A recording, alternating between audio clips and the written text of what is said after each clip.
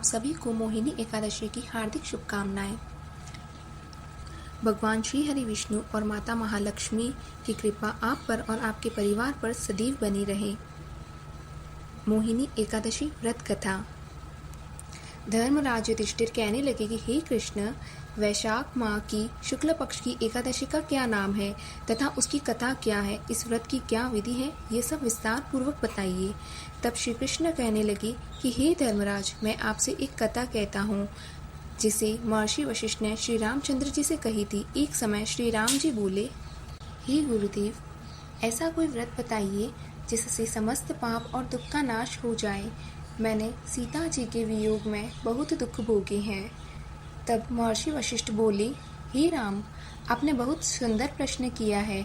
आपकी बुद्धि अत्यंत शुद्ध तथा पवित्र है। यद्यपि आपका नाम स्मरण करने से मनुष्य पवित्र और शुद्ध हो जाता है, तो भी लोक हित में ये प्रश्न अच्छा है। वैशाख माह की जो एकादशी आती है उसका नाम मोहिनी एकादशी है। इसका व्रत करने से मनुष्य सब पापों तथा दुखों से छूटकर मोह जाल से मुक्त हो जाता है। मैं इसकी कथा कहता हूँ, ध्यान पूर्वक सुनो।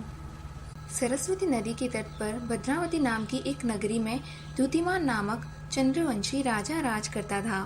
वहाँ धन धान्य से संपन्न व पुण्यवान धनपाल नामक वैश्य भी रहता था। वह अत्यंत धर्मालु और विष्णु भक्त था। उसने नगर में अनेक भोजनालय, प्याऊ, कुएं, सरोवर, धर्मशाला आदि बनवाए थे।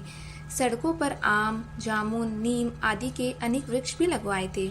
उसके 5 पुत्र थे, सुमना, सद्बुद्धि, मेधावी, सकृति और धृष्टबुद्धि। इनमें से 5वां पुत्र धृष्टबुद्धि महापापी था। वह पितर आदि को नहीं मानता था। वह वैश्या, दुराचारी, मनुष्यों की संगति में रहकर जुआ खेलता और पर स्त्री के साथ भोग विलास करता तथा मद्य मांस का सेवन करता था। इसी प्रकार अनेक कुकर्मों में वह पिता के धन को नष्ट करता रहता था। तब इन्हीं कारणों से त्रस्त होकर पिता ने उसे घर से निकाल दिया था। घर से बाहर निकलने के बाद वह अपने गहने कपड़े बेचकर अपना निर्वाह करने लगा। जब सब कुछ नष्ट हो गया तो वैश्या और दुराचारी साथियों ने उसका साथ छोड़ दिया। अब वह भूख प्यास से अति दुखी रहने लगा। कोई सहारा न देख चोरी करना सीख गया।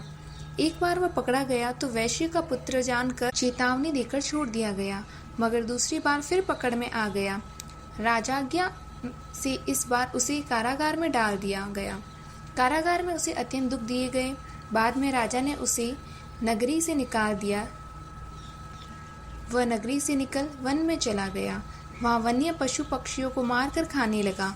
कुछ समय पश्चात वह बहेलिया बन गया और धनुष बाण लेकर पशु पक्षियों को मार मार कर खाने लगा। एक दिन भूख प्यास से व्यतीत होकर वह खाने की तलाश में घूमता हुआ कौंडिन्य ऋषि के आश्रम में पहुंच गया। उस समय वैशाख माह था और ऋषि गंगा स्नान कर आ रहे थे।